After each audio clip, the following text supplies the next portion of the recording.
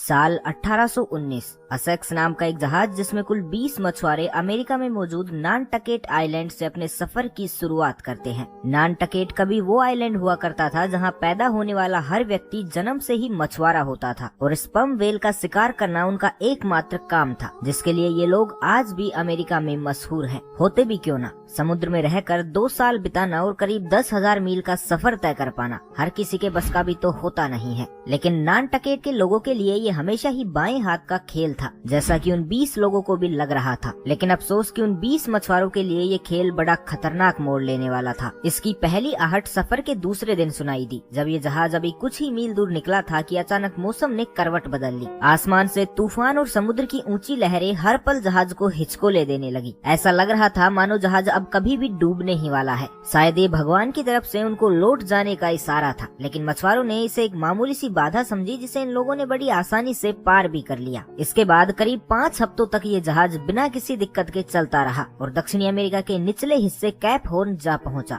जहां पर इन शिकारियों को अपना शिकार करना था। लेकिन यहाँ पहुंचने में इन लोगों ने थोड़ी देर कर दी थी, क्योंकि इनसे पहले ही दूसरे मछुआरे वहाँ मौजूद सभी स्पर्म व्हेल को लेकर निकल चुके थे। ये दूसरा मौका था जब अनहोनी ने एक बार फिर दस्तक दी और इशारा किया कि अब भी समय है, वापस लौट जाओ। लेकिन जहाज के कैप्टन ने कहा कि क्यों ना इस बार समुद्र के बीच में कोई दूसरी जगह खोजी जाए जहां इससे भी ज्यादा व्हेल मौजूद हों। अब आखिरकार महीने भर का समय वैसे ही बीत गया है, तो ऐसे में खाली हाथ लौटना किसी बेवकूफी से कम तो नहीं होगा। इस पर सभी लोगों का एक मत हुआ और जहाज को गैलापागोस आइलैंड की ओर मोड़ दिया गया। किस्मत तो इन्हें पहले ही 2 बार धोखा दे चुकी थी, लेकिन जैसे जैसे वक्त बीत रहा था बदकिस्मती के बादल और भी घने होते जा रहे थे। जब गैलापागोस आइलैंड की ओर बढ़ते हुए जहाज को कैप्टन ने रास्ते में चार्ल्स आइलैंड पर रोका, तो कुछ मछुआरों ने आपस में ऐसी हंसी ठिठोली करी जिसकी वजह से आइलैंड पर आग लग गई। इस भीषण हादसे में सभी लोगों की जान जाते जाते बची, लेकिन उन लोगों की वजह से समूचा आइलैंड भस्म हो गया था। उसके साथ साथ वहाँ मौजूद जानवर भी बेमौत मारे गए थे। शायद यही वो वजह थी कि अब प्रकृति इन्हें इनके किए की सजा देने वाली थी। किस्मत तो पहले ही बुरी चल रही थी और उस पर इन मछुआरों ने बेजुबान जानवरों का श्राप भी ले लिया, जिसके कारण अगले 1 साल तक ये सभी लोग गैलापागोस आइलैंड को ढूंढने में ही लगे रहे।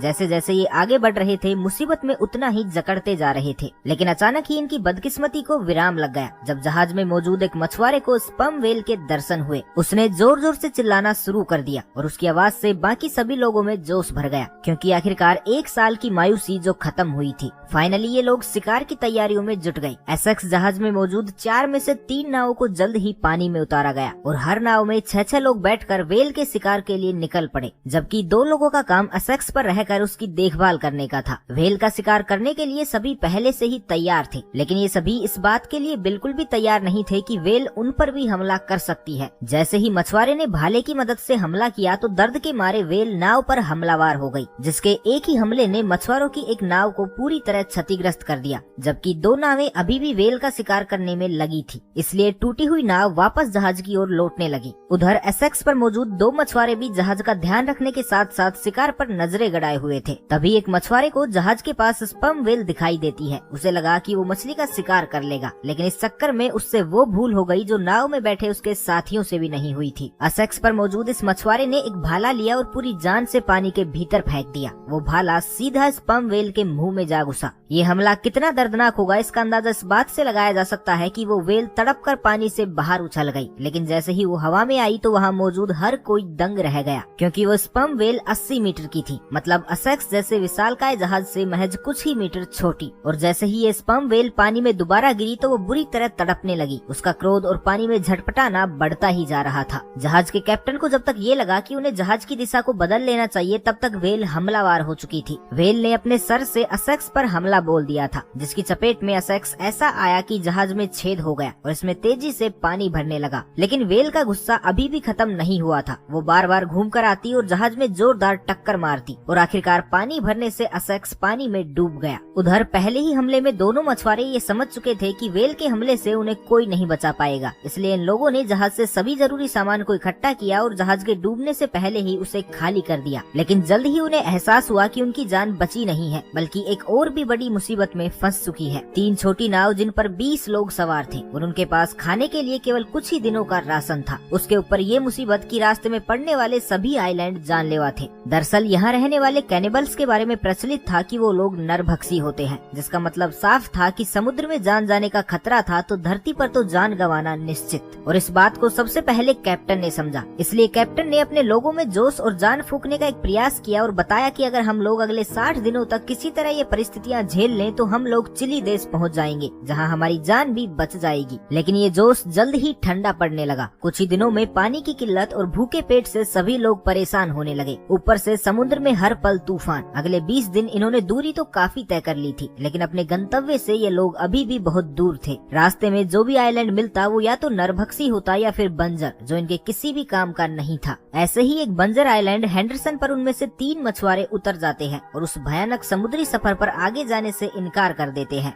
उनका कहना था कि मौत आई या फिर मदद, दोनों का वो लोग यहीं रहकर इंतजार करेंगे। 20 लोगों का ये झुंड अब 17 का रह गया था, जो अब आगे की यात्रा पर निकल चुका था। समय बीत रहा था और हालात बद से बदतर होते जा रहे थे। अभी 1 हफ्ता और बीता था कि तभी अचानक नाव पर ही एक मछुआरे की मौत हो जाती है, जो पहले से ही बीमार था। इस बात का सभी को अफसोस तो होता है, लेकिन वो सभी लोग जानते थे कि ऐसी परिस्थितियों का अंजाम भी यही होता है, तो उसे पानी में फेंक दिया जाता है। 2 दिन और बीतते हैं और फिर एक और भयानक हादसा होता है, जब एक नाव अपना रास्ता भटक जाती है। उसके साथ क्या हुआ, वो लोग कहाँ गए, कुछ पता नहीं चलता। अब केवल 2 नाव बचती है, जिनमें कुल 10 लोग मौजूद थे। 20 लोगों का ये झुंड अब आधा हो चुका था। हर कोई इस सफर और हादसे से एक गहरे सदमे में जा चुका था। तभी अचानक एक और मछुआरा अपना दम तोड़ देता है और 10 लोग अब केवल 9 ही रह जाते हैं। लेकिन इस बार वो नहीं होता जो अब तक होते आ रहा था, बल्कि इस बार वो हुआ जिसे आज से पहले ना किसी ने सोचा था और ना ही किसी ने देखा। नाव पर बैठे एक साथी ने सलाह दी कि क्यों ना हम अपने साथी का ही मांस खाकर अपने आप को जिंदा रख लें। ये सुनकर सभी चौंक गए, लेकिन जल्द ही ये समझ भी गए कि उनकी भूख का एकमात्र समाधान उनका ये मरा हुआ साथी ही है, जिसे ना चाहते हुए भी न केवल सबने अपनाया, बल्कि अपने ही साथी का मांस इन मछुआरों ने नाव पर ही पकाया और भूख मिटाने के लिए समय समय पर खाते भी रहे। लेकिन भूख मिटाने का ये समाधान तब भयावह रूप ले उठा जब नाव पर मौजूद मांस खत्म हो गया और एक बार फिर सभी लोग भूख से तड़पने लगे। तब इन्हीं में से एक मछुआरे ने सलाह दी कि अगर हम लोगों ने कुछ नहीं खाया तो वैसे भी मर जाएंगे, तो इससे बेहतर है कि किसी एक को मारकर बाकी 8 लोगों की जान बचा ली जाए। ये सुनकर सभी के पसीने छूटने लगे। लगभग सभी ने इसका विरोध भी किया, लेकिन जैसे ही उस मछुआरे ने पूछा कि क्या इसके अलावा उनके पास कोई दूसरा रास्ता है, तो वहाँ बैठे सभी लोग चुप हो गए और इस तरह बिना हाँ बोले ही सबने इस राय को मान लिया। अब इसके लिए एक लॉटरी निकाली गई, जिसमें कैप्टन के भांजे और उस 16 वर्षीय किशोर का नाम आया, जो बेचारा शिकार सीखने के लिए इन लोगों के साथ आया था और आखिरकार उसका ही शिकार हो गया। कैप्टन ने भी दिल पर पत्थर रखकर इस फैसले को स्वीकार किया और ये कहानी ऐसे ही चलती रही। हर बार लॉटरी निकाली जाती और जिसका नाम आता उसे मौत के घाट उतार दिया जाता और उसके साथ ही उसका ही मांस खाकर अपनी जिंदगी को बचाने की कोशिश करते। कहा जाता है कि जब ये नाव तट पर पहुंची तब इसमें केवल 5 लोग ही जिंदा बचे थे। खोई हुई नाव से भी 3 लोग अपनी जान गंवा बैठे और 3 लोग अविश्वसनीय रूप से जिंदा बचा लिए गए थे और वो 3 लोग भी जिंदा बच गए जो पहले ही हेंडरसन आइलैंड पर उतर गए थे, जो किसी चमत्कार से कम नहीं था। यानी कुल 20 लोगों में से 11 लोगों को बचा लिया गया था। कहा यह भी जाता है कि जब कैप्टन की बहन को अपने बेटे के साथ हुए इस हादसे का पता चला तो वो सदमे में चली गई थी और जिंदगी भर कैप्टन को इसका दोषी मानती रही।